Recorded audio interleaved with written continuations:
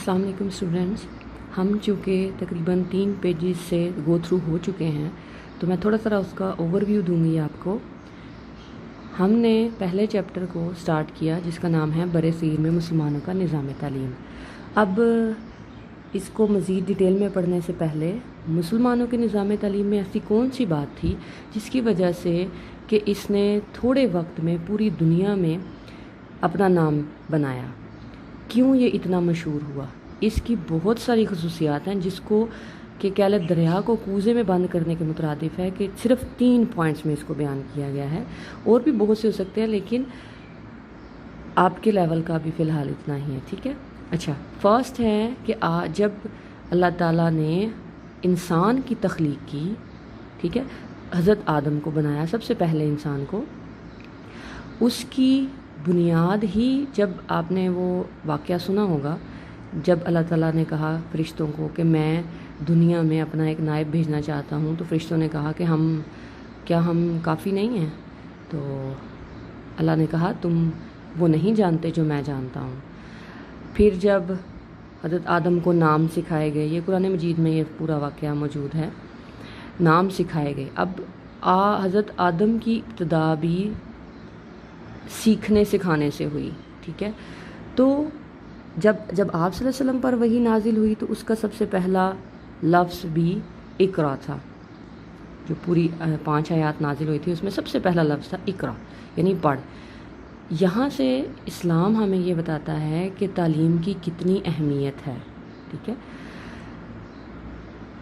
جب آپ صلی اللہ علیہ وآلہ وسلم پر وحی نازل ہوئی اور اللہ تعالیٰ کی طرف سے یہ حکم نازل ہوا کہ لوگوں کو اسلام کی طرف لے کے آئیں، تو آپ نے جو علم کی ابتدا کی وہ حضرت ارقم کے گھر سے شروع کیا۔ اس وقت چونکہ ڈر تھا، لوگوں کا خوف تھا، اس وجہ سے چھپ چھپ کر صحابہ جمع ہوتے تھے، جہاں پر آپ صلی اللہ علیہ وسلم جو بھی آیات مبارکہ نازل ہوتی تھیں آپ پر، آپ ان کو پڑھ کر سناتے تھے۔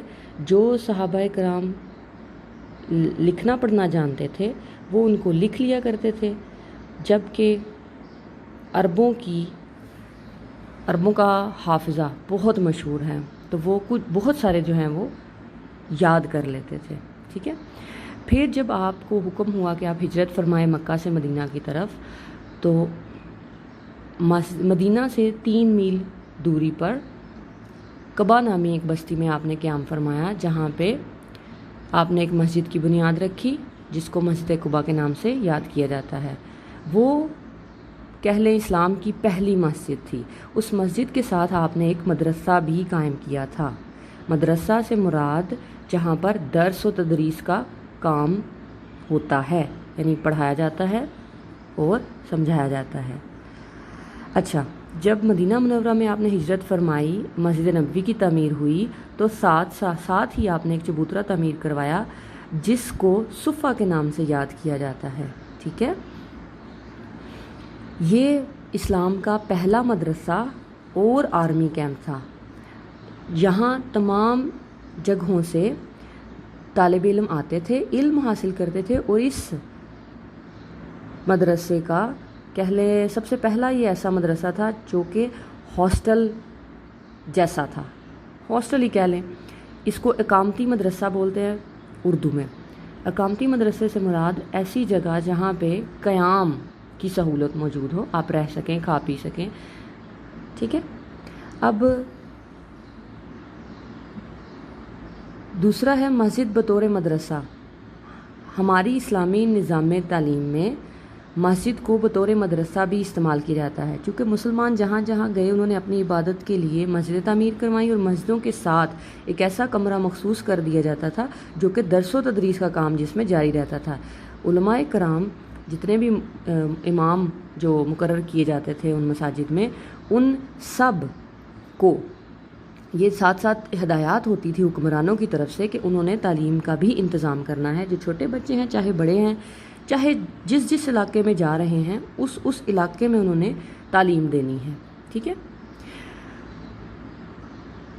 ان مساجد میں اعلیٰ تعلیم بھی دی جاتی تھی، ابتدائی تعلیم بھی دی جاتی تھی اور ثانوی درجے کی تعلیم بھی دی جاتی تھی، یعنی کہہ لیں اس وقت کے سکولز جو آج کل ڈفرینٹ سکولز ہیں نا، لیولز، یعنی پرائمری، مڈل، ہائی، ہائر، اس طرح سے وہاں جتنے بھی مدارس ہوتے تھے ان کو آگے ڈگری درجات میں ڈیوائیڈ کیا گیا ہے، وہ ابھی ہم آگے پڑھیں گے۔ اس کے بعد تیسرا جو ہے تعلیمی اصلاحات، اس میں یہ تھا کہ یہ نہیں کہ جتنا ہم پہلے پڑھ چکے ہیں بس اتنا ہی، جو کچھ ہمیں آپ صلی اللہ علیہ وآلہ وسلم نے سکھا دیا بے شک وہ ایک مکمل تھا، لیکن وقت اور ضرورت کے حالات، وقت اور ضرورت کے مطابق کچھ حالات میں چینجنگز آتی ہیں۔ تو آپ کے زمانے آپ سے تھوڑی دیر بعد میں اساتذہ کی تنخواہیں نہیں تھیں، لیکن خلفائے راشدین نے اساتذہ کی تنخواہیں مقرر کیں، موبائل ٹیمیں مقرر کیں اساتذہ کی، جو علاقوں میں جا کر، مختلف علاقوں میں جا کر تعلیم دیتی تھیں۔ جبری تعلیم کا تصور سب سے پہلے حضرت عمر نے پیش کیا۔ بیٹا کل بھی میری ریکارڈنگ میں یہ بات سکپ ہو گئی تھی۔ جبری تعلیم سے مراد یہ ہے کہ زبردستی کی تعلیم۔ اب زبردستی جب لفظ سننے میں آتا ہے تو ایسے لگتا ہے جیسے پتہ نہیں اسلام کتنا کوئی سخت قسم کا دین ہے جو جبری تعلیم دیتا ہے۔ بیٹا ایک مثال دیتی ہوں، آپ کو سمجھ آ جائے گی۔ ایک بچہ ہے، اس کو بھوک لگی ہے، اس کی ماں اس کو کھانے کے لیے دے رہی ہے لیکن وہ منع کر رہا ہے، وہ کھا نہیں رہا، اس کو پتہ نہیں ہے کہ مجھے بھوک لگی ہے، اس وجہ سے مجھے یہ پرابلم ہو رہی ہے، ٹھیک ہے۔ وہ روئی جا رہا ہے، ماں اس کو زبردستی کھانا کھلائے گی تاکہ اس کے اندر کچھ جائے اور وہ تھوڑا ٹھیک ہو۔ اب یہ بھی زبردستی ہے لیکن بچے کی بہتری کے لیے ہے، ٹھیک ہے۔ اسی طرح تعلیم، علم جو کہ ہماری بنیادی ضرورت ہے، اس کو بھی زبردستی لوگوں تک پہنچایا جائے، اس کا حکم اللہ تعالیٰ کی طرف سے ہے، آخری نبی کی طرف سے ہے، ٹھیک ہے۔ پھر اس کے بعد آتا ہے عورتوں کی تعلیم۔ عورتوں کی تعلیم پر بھی خصوصی توجہ دی گئی۔ بیٹا یہ وہ والی خصوصیات ہیں جن کی وجہ سے پوری دنیا میں اسلام کا بول بالا ہوا، ٹھیک ہے۔ آپ صلی اللہ علیہ وسلم کے بعد خلفائے راشدین کے بعد جو حکمران تھے برصغیر پاک و ہند کے، انہوں نے بھی اس سلسلے میں بہت سے کارہائے نمایاں انجام دیے، ٹھیک ہے۔ جو سلطان الپ ارسلان تھا، اس کا وزیر تھا ایک، اس کا نام تھا نظام الملک۔ اس نے ایک باقاعدہ مدرسہ، بغداد ایک شہر کا نام ہے، اس میں قائم کیا، جس کی وجہ سے اس کا نام نظامیہ بغدادیہ مشہور ہوا، ٹھیک ہے۔ مختلف علاقے ہیں جن کا نام ہے خراسان، مرو، بصرہ، بلخ، موصل۔ یہ جس طرح آج کے آپ کہہ لیں سٹیز کے نام ہیں نا، یہ اس دور کے ان علاقوں کے شہروں کے نام ہیں، ٹھیک ہے۔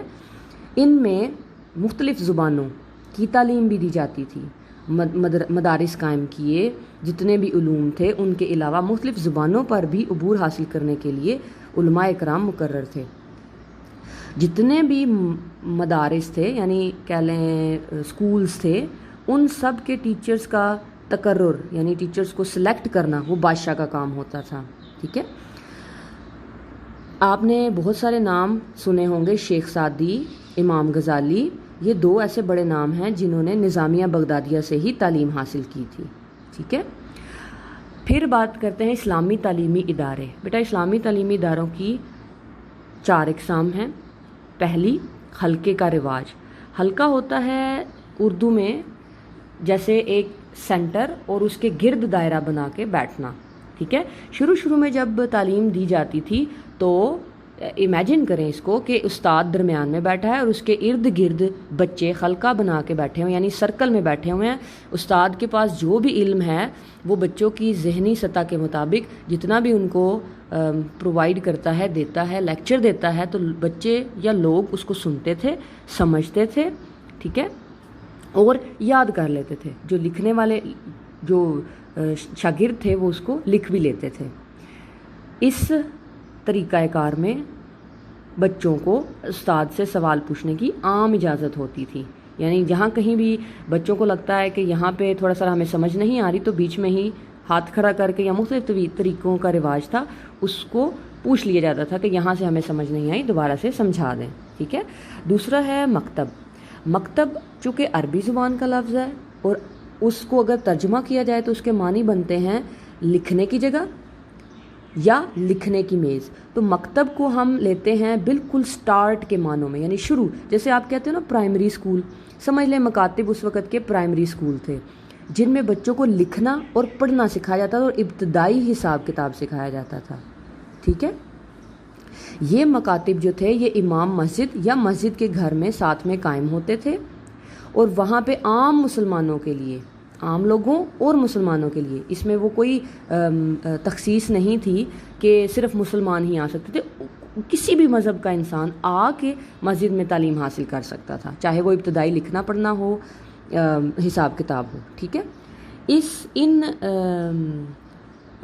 مساجد میں جو اساتذہ ہوتے تھے ان کو معلم کہا جاتا تھا. ٹھیک ہے.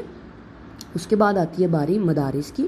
مدارس اس سے ایک اگلا سٹیپ کہہ لیں، یعنی ابتدائی لکھنے پڑھنے کے بعد جب آپ پرائمری سے آپ آتے ہیں مڈل میں، تو وہ کہہ لیں سمجھ لیں مدارس ہیں. مدرسے میں جتنے بھی تھوڑے سارے کہہ لیں بیسک مضامین جو بہت ضروری ہیں ان کے بارے میں تعلیم دی جاتی تھی. اس میں تھوڑا سا انہوں نے بتایا ہے کہ صحابہ کرام جو ہیں وہ مسجد نبوی میں آپ صلی اللہ علیہ وسلم کے گرد حلقہ بنا کر بیٹھ جاتے تھے اور طلوع آفتاب سے لے کر غروب آفتاب تک، یعنی صبح سے لے کر شام تک درس کا یہ سلسلہ چلتا رہتا تھا. آپ صلی اللہ علیہ وسلم لوگوں کو ان کی ضروریات کے مطابق یا جتنا بھی ان کو سمجھ آنے والی ہوتی تھی اس کے مطابق ان کو تعلیم دیتے تھے. خلفائے راشدین، اس کے بعد بنو امیہ، بنو عباس، ان لوگوں کے زمانوں میں جتنے بھی خلقے یا مدارس تھے ان پر اعلیٰ تعلیم کے بے شمار موضوعات پر درس ہوتے تھے، اور جو مدارس میں تعلیم دیتے تھے وہ اساتذہ مدرس کہلاتے تھے. دیکھیں، مکتب میں جو پڑھاتے تھے ان کو معلم کہا جاتا تھا، مدارس میں جو پڑھاتے تھے اساتذہ ان کو مدرس کہا جاتا تھا. اس کے بعد آتی ہے لیول جامعات کا، یعنی یونیورسٹیز. یونیورسٹیز سے تو آپ بخوبی واقف ہیں.